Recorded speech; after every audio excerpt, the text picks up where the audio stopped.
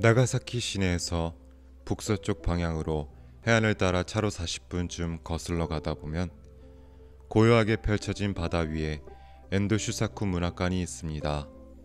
이렇게 외진 곳의 문학관이라니 무슨 연유일까 싶지만 그곳의 이름은 소토메, 지금으로부터 약 400여 년 전 초기 일본 기독교 시절 박해를 피해 숨어서 신앙을 지켜온 그리스도인들의 은거지였습니다. 탁 트인 바다를 곁에 두고 주변을 거닐다 보면 엔도의 짧은 시가 적힌 작은 비석을 하나 발견하게 됩니다. 거기에는 이렇게 적혀 있습니다. 인간은 이리도 슬픈데 주여, 바다는 너무도 푸르옵니다. 엔도 슈사쿠는 일본의 대표적인 현대소설가입니다. 1923년 도쿄에서 태어나 어머니의 권유로 11살의 나이에 세례를 받았습니다. 그는 기독교 신앙의 문제를 다룬 소설을 여러 권 썼지만 그의 작품은 어느 것 하나 쉬운 길을 제시하는 법이 없습니다. 어떤 사람은 그의 소설이 믿는 사람의 신앙을 빼앗는다며 그리스도인이 읽지 말아야 할 책이라고 말하기도 합니다. 그럴지도 모르겠습니다. 하지만 신앙에는 적어도 두 가지 모양이 있습니다. 뜨거운 사랑으로 고백하는 신앙과 차가운 절망에서 빚어낸 신앙.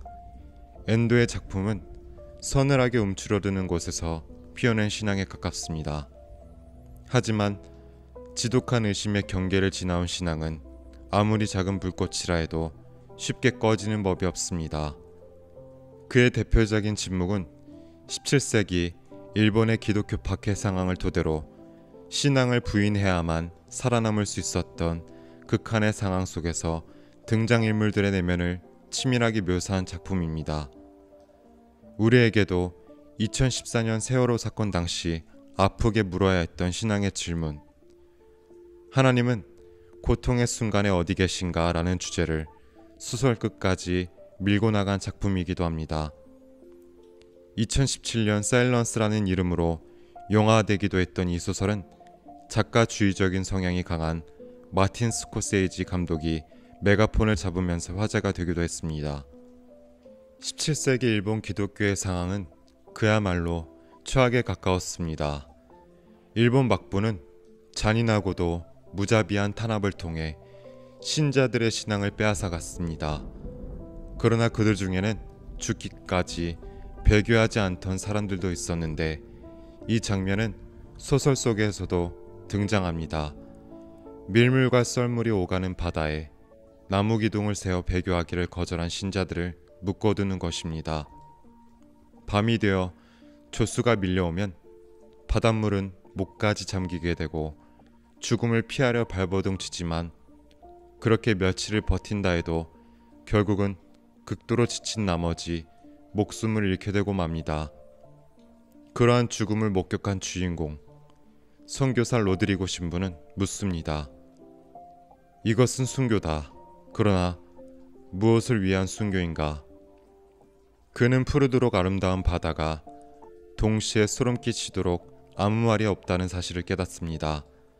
슬픔 앞에 놓인 인간의 생애에 대하여 그저 철썩하며 떨어지는 파도 속에서 하나님의 침묵을 본 것입니다. 그때 저는 가르페와 산에 숨어있던 무렵 밤에 가끔 들었던 파도의 울부짖음을 문득 마음에 되새겨 보았습니다. 어둠 속에서 들었던 음울하고 북치는 듯한 파도 소리, 밤새도록 아무 의미도 없이 부딪혀 왔다가는 물러가고 물러갔다가는 다시 부딪혀 오던 소리.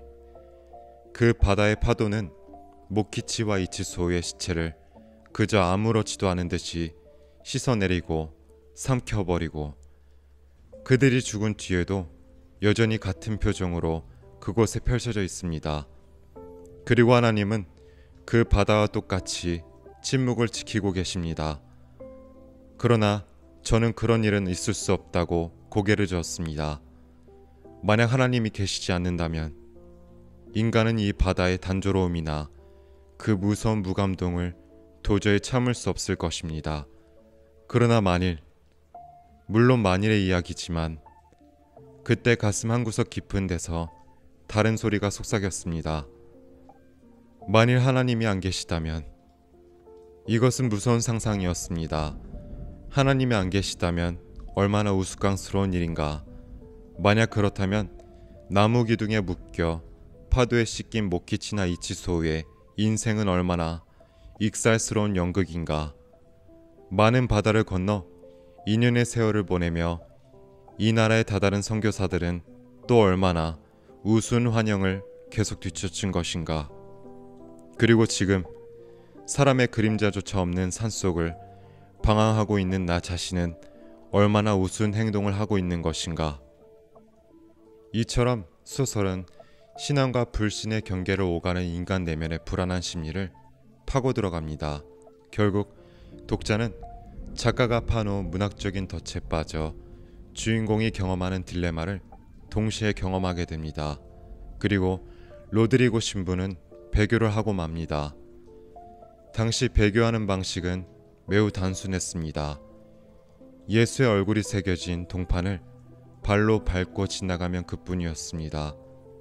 그러나 소설 속에서 로드리고는 정말로 배교한 것일까요? 그것은 이 책을 읽는 독자가 판단해야 합니다.